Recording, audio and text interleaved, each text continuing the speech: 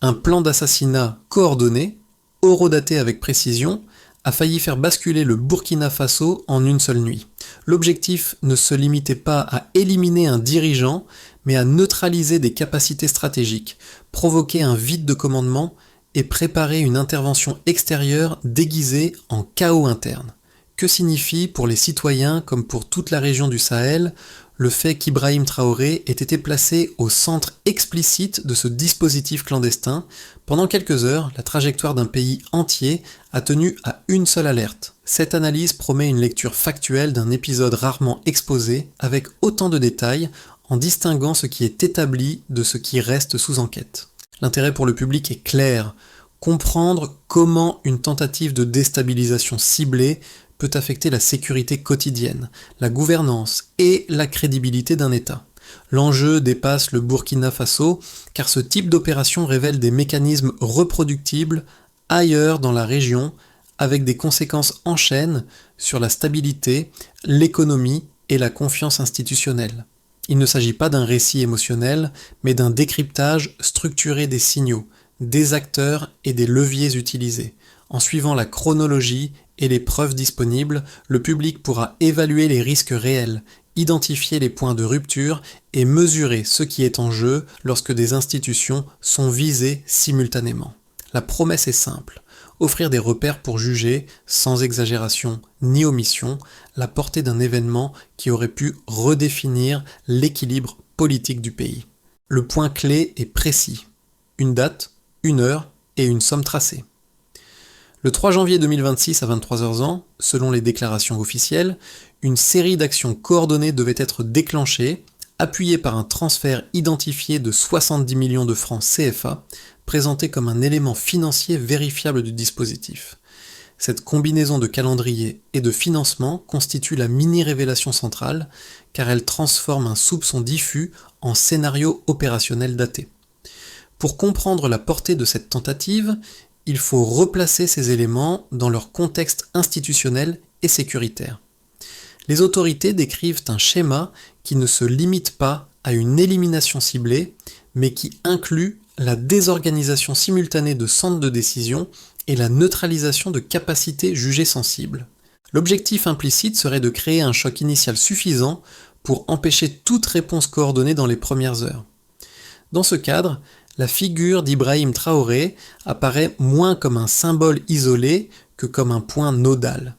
Sa position concentre des responsabilités politiques, militaires et symboliques, ce qui explique pourquoi une attaque contre sa personne aurait eu des effets en cascade sur l'ensemble de l'appareil d'État.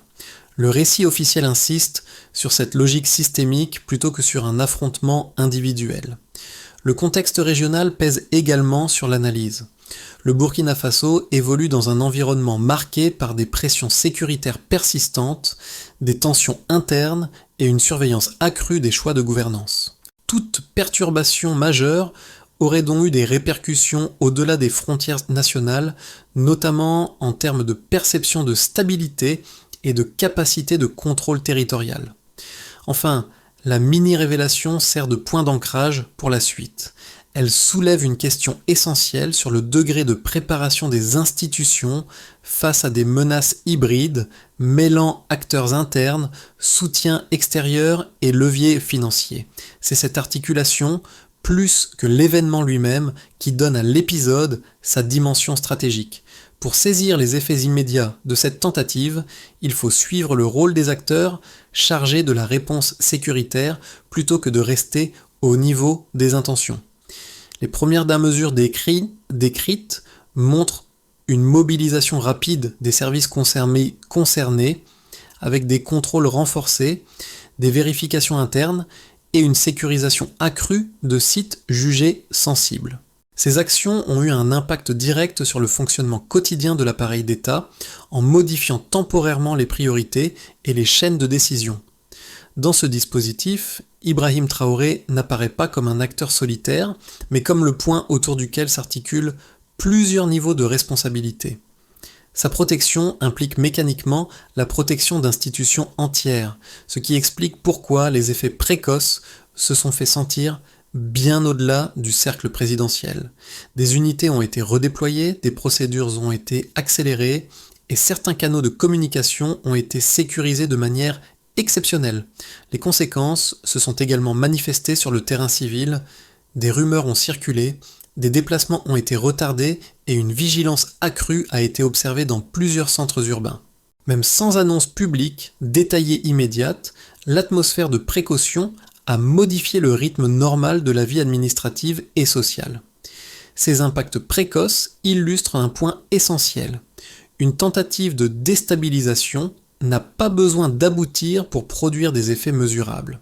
Le simple fait qu'un scénario crédible ait été identifié suffit à tester les réflexes institutionnels et à révéler leurs points de solidité comme leur fragilité. L'enjeu pour le public est donc clair, comprendre que la stabilité se joue souvent dans ses premières heures invisibles. Le déclenchement, tel qu'il est décrit par les autorités, repose sur une logique de simultanéité. La première étape consistait à neutraliser des personnes clés au sommet de l'appareil politique et militaire afin de provoquer un effet de sidération immédiat. Dans ce schéma, l'élimination d'Ibrahim Traoré devait agir comme un catalyseur, en créant un vide de commandement difficile à combler dans l'urgence.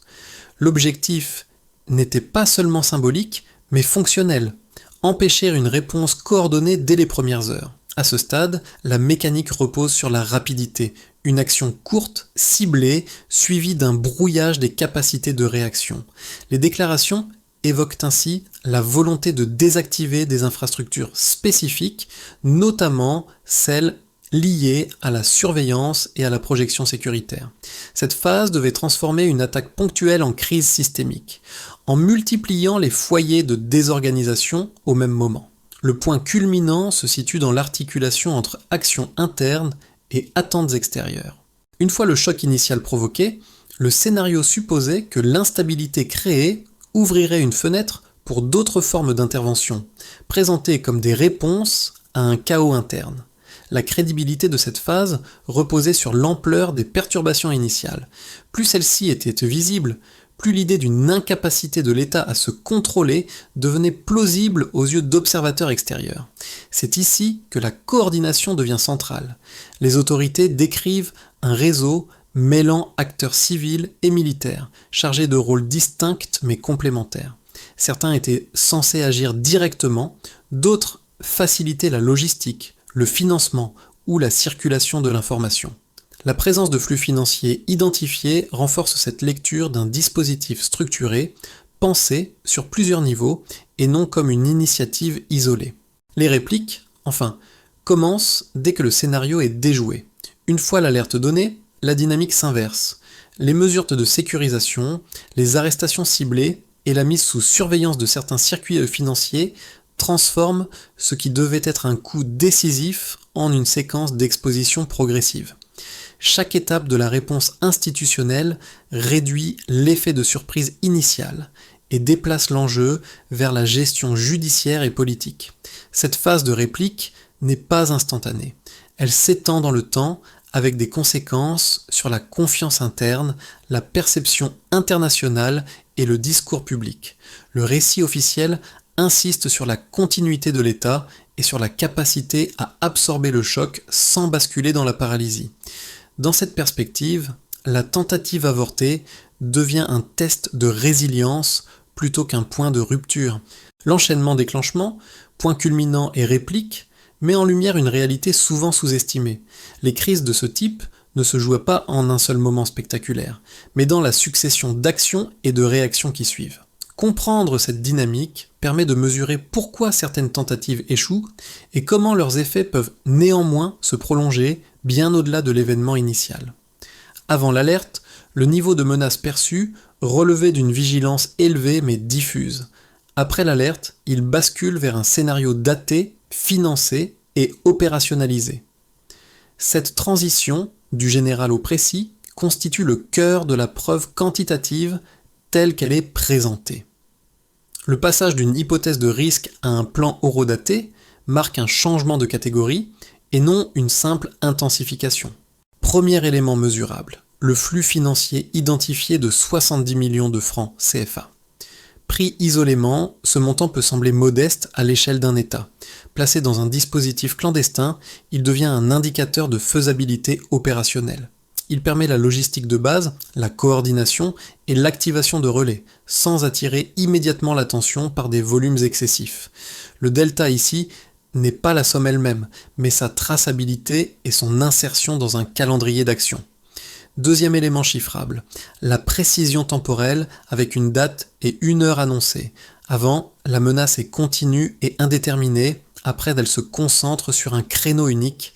Ce resserrement transforme la préparation des institutions. La réponse n'est plus une posture permanente, mais une mobilisation ciblée, avec des ressources allouées en fonction d'un pic de risque clairement identifié. Troisième indicateur, indirect mais essentiel, la synchronisation des cibles. Même sans multiplier les chiffres, la description d'actions simultanées sur des personnes et des capacités révèle un saut qualitatif. Le baseline correspond à des menaces fragmentées. Le delta correspond à une architecture coordonnée conçue pour produire un effet cumulatif. Ce changement se mesure dans la complexité du plan, non dans la multiplication des données numériques. Ces preuves quantitatives ne fonctionnent pas seules. Elles gagnent en sens lorsqu'elles sont reliées à des responsabilités concrètes. Dans ce cadre, la position d'Ibrahim Traoré joue un rôle d'alignement. La concentration des risques sur un point nodal explique pourquoi des moyens limités peuvent générer des effets disproportionnés. La preuve n'est pas seulement financière ou temporelle, elle est structurelle. L'interprétation prudente impose toutefois une limite. Les chiffres disponibles établissent une plausibilité opérationnelle, pas une certitude d'issue. Ils montrent que le scénario était exécutable, non qu'il aurait réussi. Cette distinction est cruciale pour éviter toute surinterprétation et pour maintenir une lecture fondée sur les éléments communiqués. En résumé, le raisonnement quantitatif suit une trajectoire claire. Au départ, une menace générale, difficile à circonscrire, puis un plan financé, daté et coordonné, suffisamment précis pour déclencher des mesures exceptionnelles. C'est ce glissement qui confère à l'épisode sa gravité analytique. La question qui reste ouverte n'est donc pas celle du volume des chiffres, mais de leur capacité à transformer une alerte en action et une action en enjeu stratégique durable. Une première lecture critique avance que les autorités auraient exagéré la portée de la menace afin de renforcer la cohésion interne et de légitimer des mesures de sécurité accrues. Selon cet argument, la mise en avant d'un complot complexe servirait avant tout un objectif politique, en transformant un risque latent en récit mobilisateur. Cette position souligne que, dans des contextes de tensions prolongées, les alertes sécuritaires peuvent parfois être amplifiées pour consolider le pouvoir en place. Un second argument oppose une lecture plus technique. Il suggère que les éléments présentés relèvent d'une accumulation d'indices hétérogènes, interprétés a posteriori comme un plan cohérent. Dans cette optique, la présence de flux financiers ou de contacts transfrontaliers ne suffirait pas à prouver l'existence d'une opération unifiée, mais indiquerait plutôt un environnement instable où plusieurs initiatives désordonnées coexistent. Ces deux arguments méritent d'être pris au sérieux, car ils rappellent la nécessité d'un examen rigoureux des faits. Toutefois, la réponse fondée sur les données disponibles repose sur la convergence des éléments, plus que sur leur existence isolée. La combinaison d'une date précise, d'un financement tracé et d'une synchronisation d'objectifs constitue un seuil analytique différent d'une simple juxtaposition de signaux faibles. La réponse institutionnelle se renforce également par la cohérence temporelle des informations communiquées. Les éléments évoqués s'inscrivent dans une séquence logique allant de la préparation à l'anticipation, puis à la neutralisation. Cette continuité réduit la probabilité d'une construction opportuniste a posteriori, sans pour autant éliminer la nécessité d'un contrôle judiciaire indépendant. Enfin, la centralité d'Ibrahim Traoré dans le dispositif décrit ne relève pas d'un choix narratif arbitraire, mais d'une lecture fonctionnelle du pouvoir. C'est la concentration des responsabilités autour de sa position qui explique la structure du scénario indépendamment de toute valorisation personnelle. Ainsi, le Stillman conduit à une conclusion nuancée. Les objections rappellent les risques d'instrumentalisation, mais la densité et la cohérence des éléments présentés soutiennent l'hypothèse d'une menace structurée, sans exiger une adhésion aveugle au récit officiel. La bascule intervient lorsque l'on relie les éléments entre eux et que l'on observe leur logique commune. Le scénario décrit ne cherche pas seulement à provoquer un choc politique ponctuel, mais à modifier durablement le rapport de force institutionnel. L'élimination d'une figure centrale, la désorganisation de capacités clés et l'attente d'une réaction extérieure supposée convergent vers un objectif plus large, rendre toute reprise autonome difficile dans l'immédiat. À ce point du récit, la tentative apparaît moins comme une rupture brutale que comme une opération d'ouverture. Elle vise à créer une fenêtre, courte mais décisive, durant laquelle les décisions se prennent sous contrainte maximale. Dans une telle configuration, la rapidité compte plus que l'ampleur, et la confusion plus que la domination directe. C'est ici que la position d'Ibrahim Traoré prend une dimension stratégique supplémentaire. Sa centralité n'est pas seulement politique, elle conditionne la continuité des chaînes de commandement et la lisibilité du pouvoir. Toucher ce point revient à fragiliser l'ensemble sans engager de force massive. La révélation médiane tient donc en une idée. Le cœur du plan n'était pas la violence elle-même, mais le vide qu'elle devait produire. Comprendre cela change la lecture de tout ce qui précède et prépare l'analyse des conséquences concrètes qui suivent. Pour les institutions nationales, la première conséquence est un durcissement durable des protocoles. Même une tentative avortée laisse des traces. Procédures révisées, contrôle renforcé et priorité accrue donnée aux renseignements internes. Cette adaptation a un coût organisationnel, car elle mobilise des ressources sur la sécurité au détriment d'autres missions publiques. À court terme, l'État gagne en vigilance. À moyen terme, il doit absorber la charge administrative et politique de cette vigilance permanente. Du côté des forces de défense et de sécurité, l'effet est double. D'une part, la confirmation d'une menace structurée justifie des ajustements tactiques et une surveillance plus étroite des chaînes de commandement. D'autre part, elle accentue la pression sur les personnels, soumis à une exigence de loyauté et de réactivité accrue. La tentative met en lumière l'importance de la cohésion interne, mais révèle aussi les risques d'usure dans un contexte déjà tendu. Pour les acteurs économiques, l'impact se mesure surtout en termes de perception. L'annonce d'un complot ciblant le sommet de l'État peut ralentir des décisions d'investissement, retarder des projets et accroître l'aversion au risque. Même sans perturbation matérielle directe, l'incertitude politique agit comme un frein.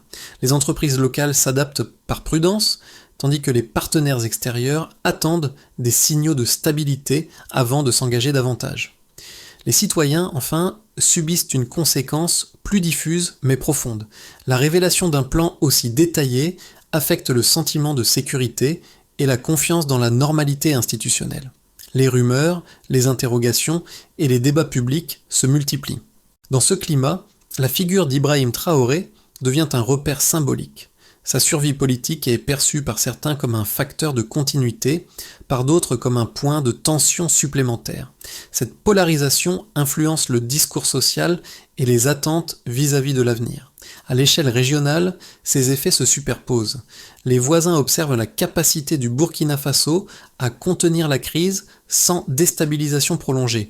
La manière dont l'État gère les suites de l'épisode envoie un signal sur sa résilience et sur la solidité de ses institutions. Une réponse maîtrisée peut rassurer, une escalade verbale ou sécuritaire excessive peut, au contraire, nourrir l'inquiétude. En somme, les conséquences concrètes ne se limitent pas à l'échec d'un plan. Elles redessinent les équilibres internes, influencent les comportements économiques et façonnent la perception citoyenne. C'est dans cette accumulation d'effets, plus que dans l'événement initial, que se mesure la portée réelle de la tentative. Dans le scénario de base, la trajectoire la plus probable repose sur une stabilisation vigilante. Les institutions consolident les protocoles, les enquêtes suivent leur cours et la communication publique demeure mesurée. La sécurité reste prioritaire sans basculer dans une logique d'exception permanente. Dans ce cadre, l'économie progresse par à-coups, freinée par la prudence des acteurs, mais soutenue par des signaux de continuité étatique. Le risque principal tient à l'usure administrative et à la saturation des dispositifs, plus qu'à un choc soudain. Dans un scénario plus optimiste, la gestion des suites devient un levier de confiance. La transparence procédurale, des clarifications judiciaires et une coordination régionale visible réduisent l'incertitude. Les partenaires économiques réévaluent positivement le cadre de stabilité et certains projets différés reprennent. La sécurité gagne en efficacité ciblée, limitant les coûts indirects. Dans cette hypothèse, l'épisode sert de catalyseur pour améliorer la gouvernance des risques et renforcer la crédibilité institutionnelle sur la durée. Dans un scénario dégradé, les tensions s'auto-alimentent. Des révélations partielles, des rumeurs persistantes ou des frictions politiques prolongent l'incertitude. Les mesures de sécurité s'alourdissent, pesant sur l'activité et la confiance sociale. Les acteurs économiques reportent davantage leurs décisions et la perception extérieure se détériore. Le danger n'est pas l'événement initial, mais sa prolongation en une crise de confiance diffuse, difficile à refermer. Ces scénarios ne sont pas exclusifs. Des éléments de chacun peuvent coexister. La variable déterminante reste la capacité à maintenir un équilibre entre fermeté sécuritaire et lisibilité institutionnelle. Trop de rigidité accroît les coûts, trop de relâchement rouvre des vulnérabilités. Sur le plan de la méthode, plutôt que de chercher une certitude unique, il est utile d'adopter une lecture conditionnelle. Si la transparence progresse et les enquêtes avancent, alors la confiance se reconstruit. Si la communication se fragmente et les signaux se contredisent, alors l'incertitude s'installe.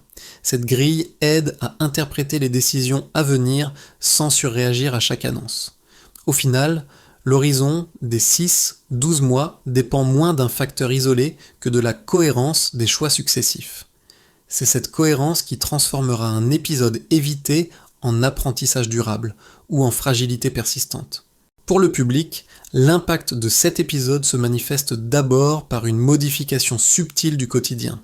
Les contrôles plus visibles, les messages de prudence et l'intensification du débat public changent la manière dont la sécurité est perçue.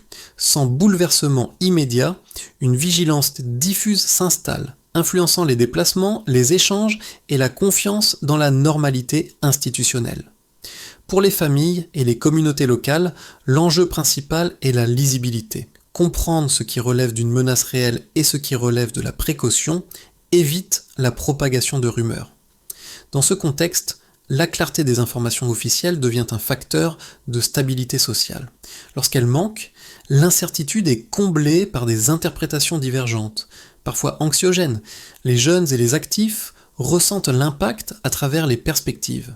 L'incertitude politique, même contenue, pèse sur les projets personnels, l'emploi et la mobilité. A l'inverse, des signaux de continuité et de maîtrise peuvent restaurer une confiance progressive.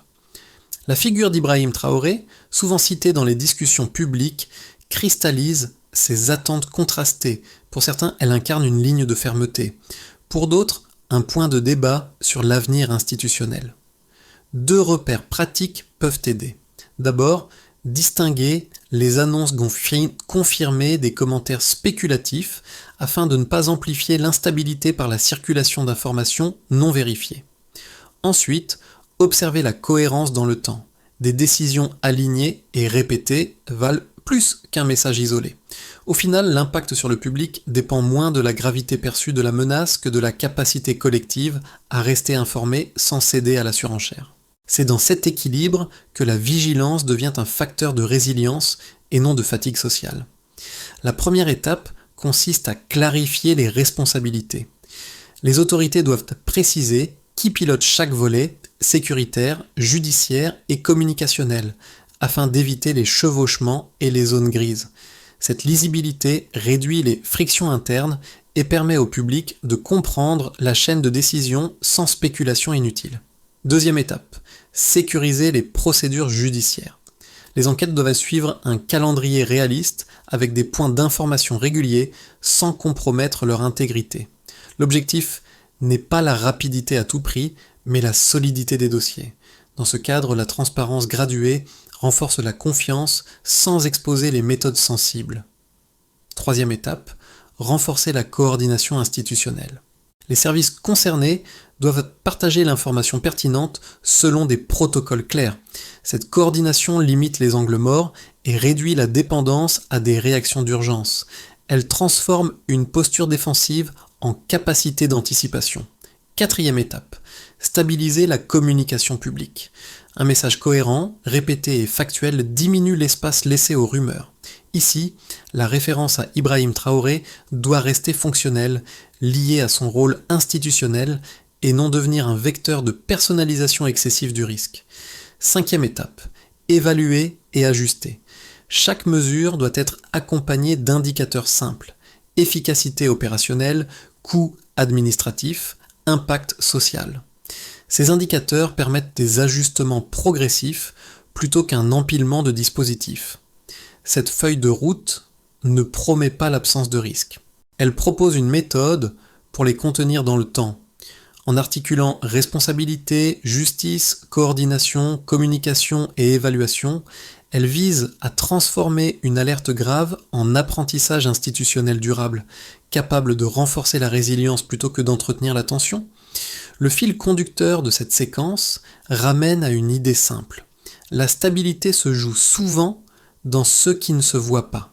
Les premières alertes, les décisions prises hors caméra et les ajustements discrets comptent autant que les annonces publiques. C'est dans cet espace silencieux que se mesure la solidité d'un État face à des chocs potentiels. Le motif initial, celui d'un basculement évité de justesse, prend ici tout son sens. Ce qui devait créer un vide s'est transformé en test de continuité.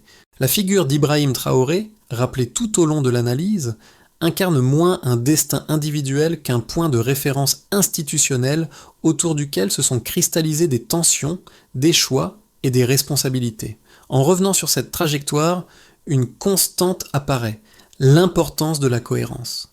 Les actions alignées dans le temps pèsent plus que les réactions spectaculaires. La gestion mesurée, même sous pression, contribue davantage à la résilience que la surenchère. La phrase qui s'impose alors est concise. La vigilance construit plus qu'elle n'épuise. Elle résume l'enjeu au-delà de l'épisode précis. Car ce qui reste, une fois l'alerte passée, n'est pas la peur, mais la capacité collective à apprendre, à ajuster et à tenir dans la durée. C'est cette capacité qui transforme un événement évité en fondation pour la suite. Cet épisode invite moins à une prise de position tranchée qu'à une réflexion collective sur la manière dont les sociétés gèrent l'incertitude. La sécurité, la transparence et la confiance ne sont pas des notions abstraites. Elles se construisent dans la durée à travers des choix répétés et observables. Le cas analysé montre que la stabilité dépend autant de la qualité des institutions que de l'attention portée par le public aux signaux cohérents. Pour les observateurs, l'enjeu est d'éviter deux écueils opposés, la minimisation systématique des risques et la dramatisation permanente. Entre ces extrêmes, il existe un espace de discussion fondé sur les faits, les méthodes et les conséquences mesurables. C'est dans cet espace que le dialogue devient utile. La figure d'Ibrahim Traoré, souvent citée dans le débat public, peut servir de point de départ à cette conversation, non pour personnaliser les enjeux, mais pour interroger le fonctionnement global des mécanismes de pouvoir et de protection institutionnelle. La question finale reste ouverte. Comment renforcer la résilience collective sans sacrifier la clarté ni la confiance ? Partager des analyses, confronter des points de vue et rester attentif aux évolutions concrètes sont autant de manières d'y répondre. Le dialogue, lorsqu'il est informé et mesuré, demeure l'un des outils les plus efficaces pour transformer l'incertitude en compréhension partagée.